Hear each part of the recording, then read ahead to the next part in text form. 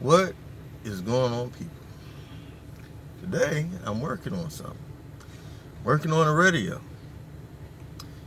And so basically, well, let's go back. Let's go back. Let's go back. A couple of days ago, this truck almost got tossed. Okay, right now I'm sitting in the truck. I just got done with dialysis. And yeah. So a couple of days ago, I was getting ready to toss this truck because it decided that it was going to just randomly cut off. I need a haircut. Bad. Yeah, side note, anyway. It just decided it was randomly going to cut off. And every time I hit a bump, the thing would cut off. And it cut off the final time and wouldn't start back up. So it sat in the parking lot for a couple days.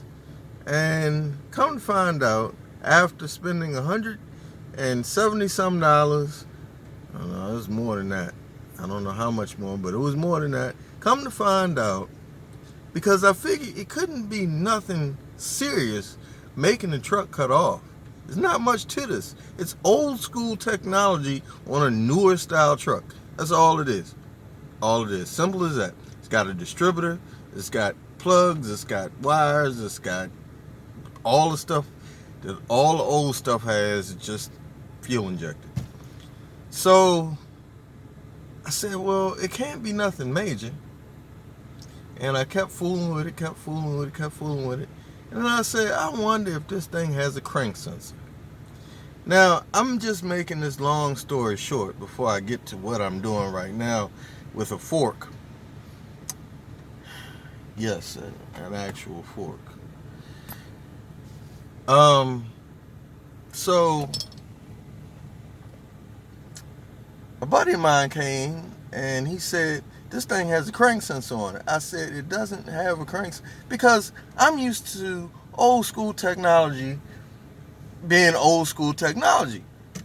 Why would this have a crank sensor? What kind of sense does it make to have a crank sensor? Okay, some of y'all don't understand anything I'm saying right now, but just bear with me. We're going to get to the point in a second. So it just didn't make sense to me that this thing had a crank sensor because it has a distributor and a coil and wires and plugs. It even has a pickup coil inside of the distributor cap, which that's what makes sense to me. That would make it spark. I wasn't getting no spark. So he said this thing has a crank sensor on it. I said, no, this ain't got no crank sensor on it. He said, it's got a crank. I said, if it had a crank sensor, where's it at? He said, it's on the back of the engine. So he felt back there to see if there was a crank sensor. Lo and behold, there was a crank sensor. And the funny thing, it fell off. It fell off. Now, I say all of this to say that this truck was almost tossed. Oh, it came very close. I say all that to say the two heads are always better than one. And if you can find someone to help you figure things out sometimes it's not necessarily a bad thing. I'm just happy he came along and told me that there's a crank sensor. Because you couldn't have told me that in a million years. I would have never believed you. And I didn't expect it. Why would somebody put a Chrysler? If you're listening, what were you thinking? Why did you put a crank sensor in the back of the engine? And why did you make it so it comes off so easy?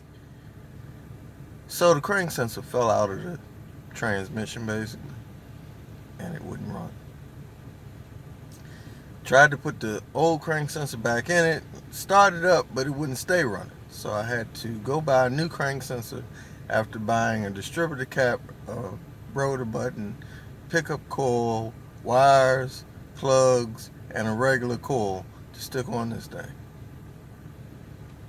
I did that. Everybody can make mistakes sometimes. sometimes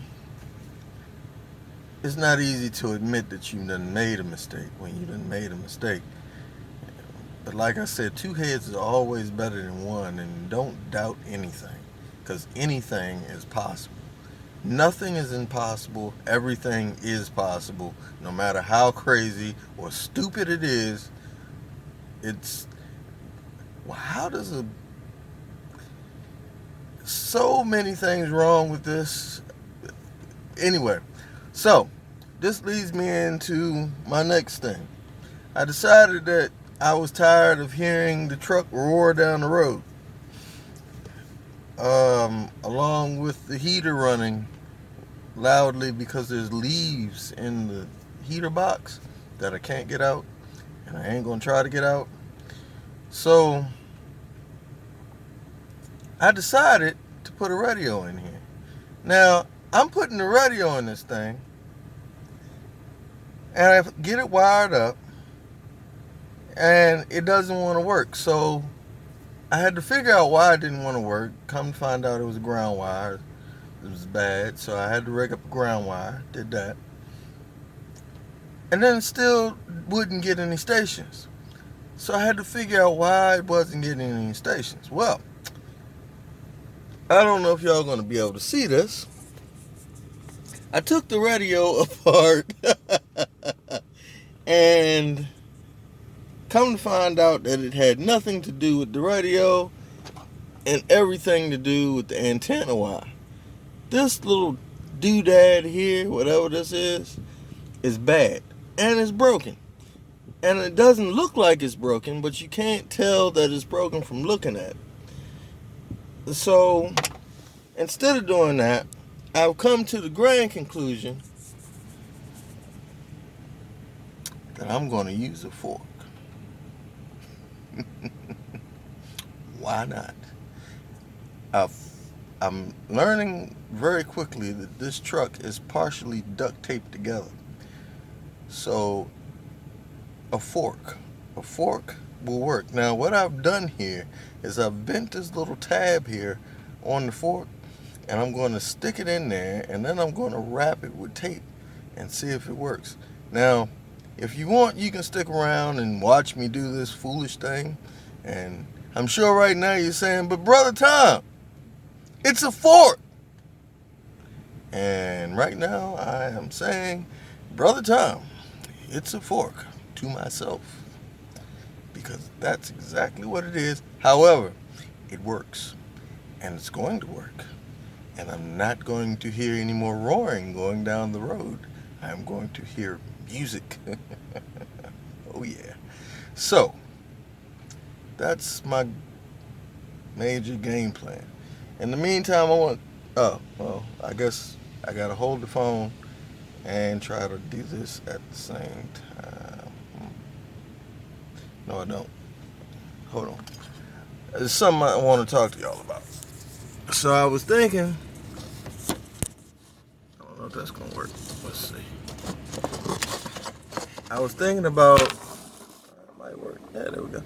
I was thinking about doing a live, but I don't know. I'm going to do this while I'm talking to y'all. I don't know that. First off, I don't know how to do a live. I got to put the radio back together too. I don't know how to do a live. What I do? But when I figure out how to do a live, I was thinking about doing a live, and I don't know what the best time would be, because it's not like I have 1 million subscribers.